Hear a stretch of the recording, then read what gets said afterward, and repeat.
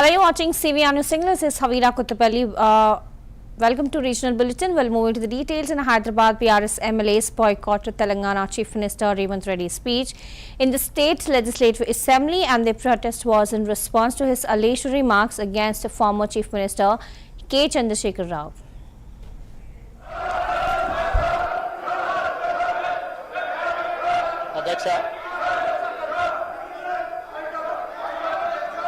ఉభయ సభలను ఉద్దేశించి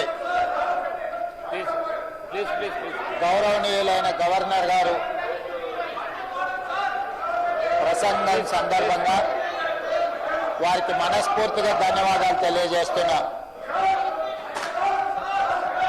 గౌరవనీయులైన గవర్నర్ గారి ప్రసంగానికి ధన్యవాద తీర్మానాన్ని ప్రవేశపెట్టిన తెలంగాణ శాసనసభ విప్ ఆది శ్రీనివాస్ గారు ప్రతిపాదించగా వేముల వీరేశం గారు మద్దతుగా ప్రసంగించారు. బీఆర్ఎస్ పార్టీ నుంచి శాసనసభ్యులు జగదీశ్వర్ రెడ్డి గారు, భారతీయ జనతా పార్టీ సభాపక్ష నాయకుడు ఏలేటి మహేశ్వర్ అధ్యక్ష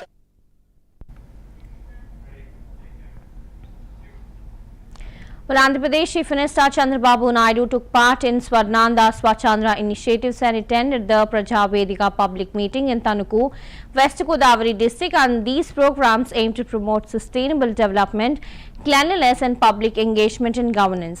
Well, during the event, Naidu emphasized his governance commitment to transforming Andhra Pradesh into a model state by implementing innovative policies focused on infrastructure, sanitation and public welfare. He also urged citizens to actively participate in the Swarnanda Swachh Andhra movement, which aligns with his vision of a cleaner and more prosperous Andhra Pradesh. At the Praja Vedika public meeting, he also interacted with residents, addressing their concerns and outlining future development plans. He assured that the government would prioritize projects that enhance livelihoods, boost local economies and improve living standards. The event witnessed enthusiastic participating from the public and party workers, reflecting strong grassroots support for Naidu's leadership.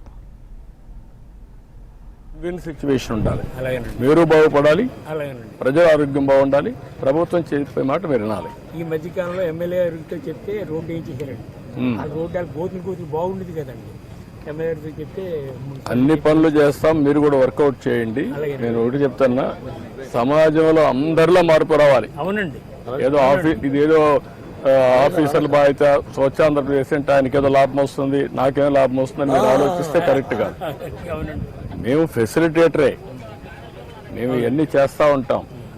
మీరు వ్యాపారం చేస్తున్నారు, 10 రూపాయలు సంపాదించుకోవాలి. అదే సమయంలో మన సమాజం ఎట్లుందంటే ఇంట్లో చెత్తంతా ఒడుస్తారు, ఎత్తుకొచ్చి రోడ్డు మీద వేస్తారు, అంటే పక్కింట్లో వేస్తారు. మీరు కూడా రోడ్డు మీద కానీ పక్కింట్లో వేస్తే పక్క షాప్లో వేస్తారు. ఇంటింటికి మున్సిపాలిటీ వారు ఇచ్చారు కదండి, అందులో చేస్తున్నారు. ఇంకా పూర్తిగా జరగలేదు, సక్సెస్ కాలేదు. కొద్దిగా అయింది, 20, 30, 40 ఆ మున్సిపాలిటీలో ఉండే అధికారులు ప్రజాప్రతినిధులు బట్టి కొంతవరకు అయింది. అట్టగా నేను ఎక్కడ చూసినా 100% ఇప్పుడు చూశాను. మీ ఊర్లో రోడ్లో నీళ్ళు నిలిచిపోయినా, ఏది మురికి కాలువలో. మరి ఎట్లా ఇంకెక్కువ నీళ్ళు వచ్చిందనుకో ఎక్కడికి వస్తాయి? మీ ఇళ్ల మీదకి వస్తాయి, మీ షాపుల మీదకి వస్తాయి. చిన్న విషయం మీతో చెప్పాలండి, మాది బయటపోరండి, పక్కనే విలేజ్. ప్రసాద్ గారు ఉన్నప్పుడు ఎవరికీ పట్టాలు గట్ట ఎవరికి ఇవ్వలేదండి. ఇప్పుడు రాజకీయంగా అందరూ పట్టాలు ఇచ్చేయరు, మొత్తం మడుగంతా పూర్తి చేయరండి. డ్రైన్ అంతా అందుకు వెళ్ళిందండి, ఎక్కడి నుంచి వచ్చి డ్రైన్ అండి చేసుకుని మీరు వర్షాకాలంలో మునిగిపోతున్నాను మొత్తం. తీసుకోండి, ఏం చేయాలో చేస్తాం. ఇది కూడా వర్కౌట్ చేయండి మీరు, నేను మాట్లాడతాను. దీని పద్ధతి ప్రకారం తీసుకెళ్ళి. Okay, thank you. మార్కెట్లోకి వస్తారా? ఇంకా ఒక రౌండ్ వేయండి, రండి మీరు వచ్చినట్టు. ఇద్దరికి విన్ సిచ్యువేషన్ ఉండాలి, మీరు బాగుపడాలి, ప్రజల ఆరోగ్యం బాగుండాలి, ప్రభుత్వం చెప్పే మాట మీరు వినాలి. ఈ మధ్యకాలంలో ఎమ్మెల్యే గారితో చెప్తే రోడ్డు ఏం చేశారండి, ఆ రోడ్డు గోతులు బాగుండేది కదండి. ఎమ్మెల్యే గారితో చెప్తే అన్ని పనులు చేస్తాం, మీరు కూడా వర్కౌట్ చేయండి. నేను ఒకటి చెప్తున్నా, సమాజంలో అందరిలో మార్పు రావాలి. ఏదో ఇదేదో ఆఫీసర్ల బాధ్యత స్వచ్ఛ ఆంధ్రప్రదేశ్ అంటే ఆయనకి ఏదో లాభం వస్తుంది, నాకేం లాభం వస్తుందని మీరు ఆలోచిస్తే కరెక్ట్ కాదు. మేము facilitator. The BRS MLC staged a protest outside Telangana Legislative Council demanding a minimum support price of ₹15,000 per quintal for terminate Farmers and holding placards and raising slogans. The need expressed the government to take immediate action to support the farming community. The protest highlighted the financial struggles of terminate farmers who have been facing fluctuating market prices and rising input costs. When the MLCs criticized both the state and central governments for failing to implement or fair MSP policy, leaving farmers vulnerable to losses. The agitation comes amid ongoing farmer protests in various parts of the country, with political parties ramping up pressure on the government to address the agricultural distress. The BRS leaders vow to continue their protests until their demands are met.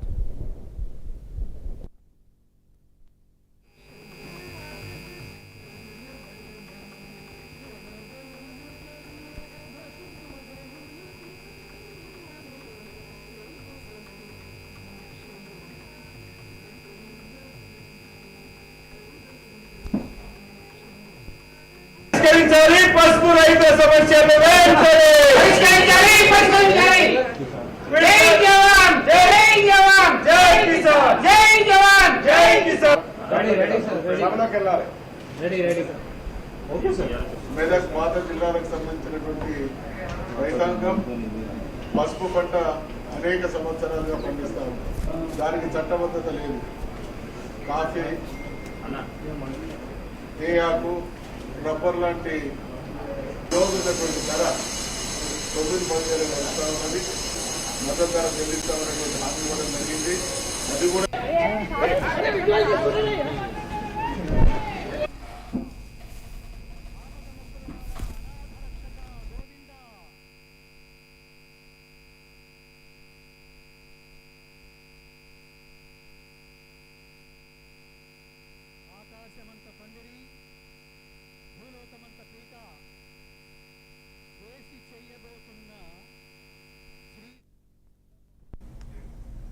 Telangana Chief Minister Revanth Reddy accused the previous BRS regime in Telangana of conducting budget meetings without the governor's speech, criticizing them for not adhering to democratic values. BRS MLA Jagdish Reddy expressed irritation over the Congress government's decision to indirectly honour the governor. Well, Revanth Reddy also stated that Uttar Pradesh is a major factor in farmer suicides, as many farmers unable to bear humiliation. Have they taken their own lives? And he also emphasized the government's commitment to freeing farmers from debt and fulfilling its promise to weave loans. He further clarified that the credit for loan weavers does not belong to the Congress party, but it is a part of their policy to ensure farmers' life with self-respect. Additionally, he also announced that funds were deposited into accounts under the Raitu Bandhu scheme before the elections, and the government is committed to implementing the Raitu Bharosa scheme for all the farmers by March 31st. ఈ దేశ చరిత్రలోనే ఏ ప్రభుత్వం కూడా మొదటి సంవత్సరంలో ఉన్న అన్ని రాష్ట్రాలు కావచ్చు, కేంద్ర ప్రభుత్వం కావచ్చు, కేంద్ర ప్రభుత్వం కూడా ఏ ఒక్క రాష్ట్రానికి 20,617 కోట్ల రూపాయలు మొదటి 10 నెలల్లో చేసిన చరిత్ర లేదు. ఇది చరిత్రలో శాశ్వతంగా నిలిచిపోయే ఒక గొప్ప సందర్భము. 25,35,000 మంది రైతులకు 20,617 కోట్ల రూపాయల రుణమాఫీ చేసి రైతులను రుణ విముక్తులను చేసి ఆత్మ గౌరవంతో తలెత్తుకొని బ్రతికే విధంగా ఈ రోజు రైతులకు స్వేచ్ఛనిచ్చిన ప్రభుత్వం మాది అధ్యక్ష. ఈ రోజు ఆ రైతులను ఆదుకోవాలన్న ఆలోచనతోని ప్రయత్నం అంతా చేసినాం అధ్యక్ష. అదేవిధంగా అధ్యక్ష, గతంలో రైతు బంధు అన్నాడు, ఎన్నికలు వచ్చినప్పుడే మాత్రమే ఖాతాలలో పడేది. కానీ ఈసారి 2023 ఎన్నికల సందర్భంగా ఆనాటి ప్రభుత్వం ఔటర్ రింగ్ రోడ్డును అమ్మేసి, కోకపేట్ల భూములను అమ్మేసి, ఉన్నాయని ఊడ్చుకొని తీసుకొని పోయి రైతులకు రైతు బంధు పథకాన్ని అమలు చేయకుండా ఎన్నికల కోడ్ను అడ్డం పెట్టుకొని తప్పించుకుంటే మా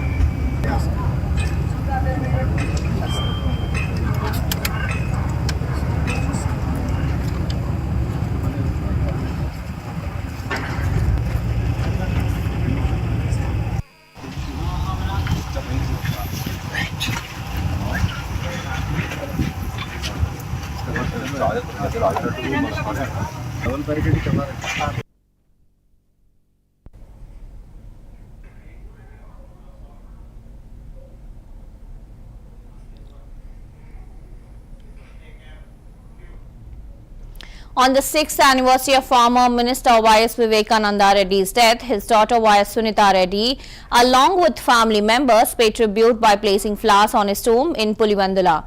Sunita expressed her sorrow, stating that even after 6 years, justice has not been served, and she questioned why, apart from one individual, the rest of the accused are still free, and raised concerns about the fairness of the investigation.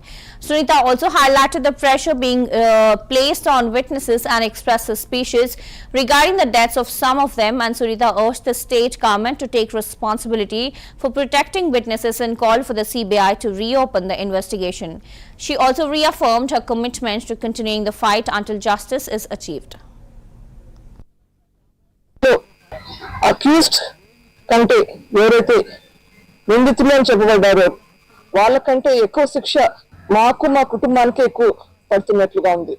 ఇది న్యాయం అసలు, కానీ ఖచ్చితంగా న్యాయం జరుగుతుందన్న నమ్మకం అయితే ఉంది. సిబిఐ వాళ్ళు మళ్ళీ ఇన్వెస్టిగేషన్ మొదలు పెడతారు అని అనుకుంటున్నాను. ఐఎమ్ హోపింగ్ కోర్టు వాళ్ళకి ఖచ్చితంగా ఇది చేస్తారని ఆశిస్తున్నాను. వాళ్ళని ప్రాధాన్యపడుతున్నాను. నాకు తెలిసి అయితే చాలా లోపాలు జరిగాయి, ఇన్వెస్టిగేషన్లో జరిగాయి, ప్లస్ ట్రయల్లో జరుగుతున్నాయి. ట్రయల్ మొదలే పెట్టట్లేదు. Accused know how to manage the system. వాళ్ళకి ఎట్లా సిస్టమ్ని బైపాస్ చేయాలో, ఎట్లా మేనేజ్ చేయాలో తెలుస్తున్నట్లుంది. అయితే ఇంకా ఎందుకు మనకి ఇట్లా న్యాయం జరగకుండా ఉంది. కానీ పోరాటం అయితే జరుగుతుంది, చూద్దాం. Let us see where it goes. Support అయితే ఇస్తాము అని చెప్పారు, కానీ ఎంత మటుకు చేయగలుగుతారు ఇది స్టేట్ గవర్నమెంట్ పరిధిలో లేదు ప్రస్తుతానికి.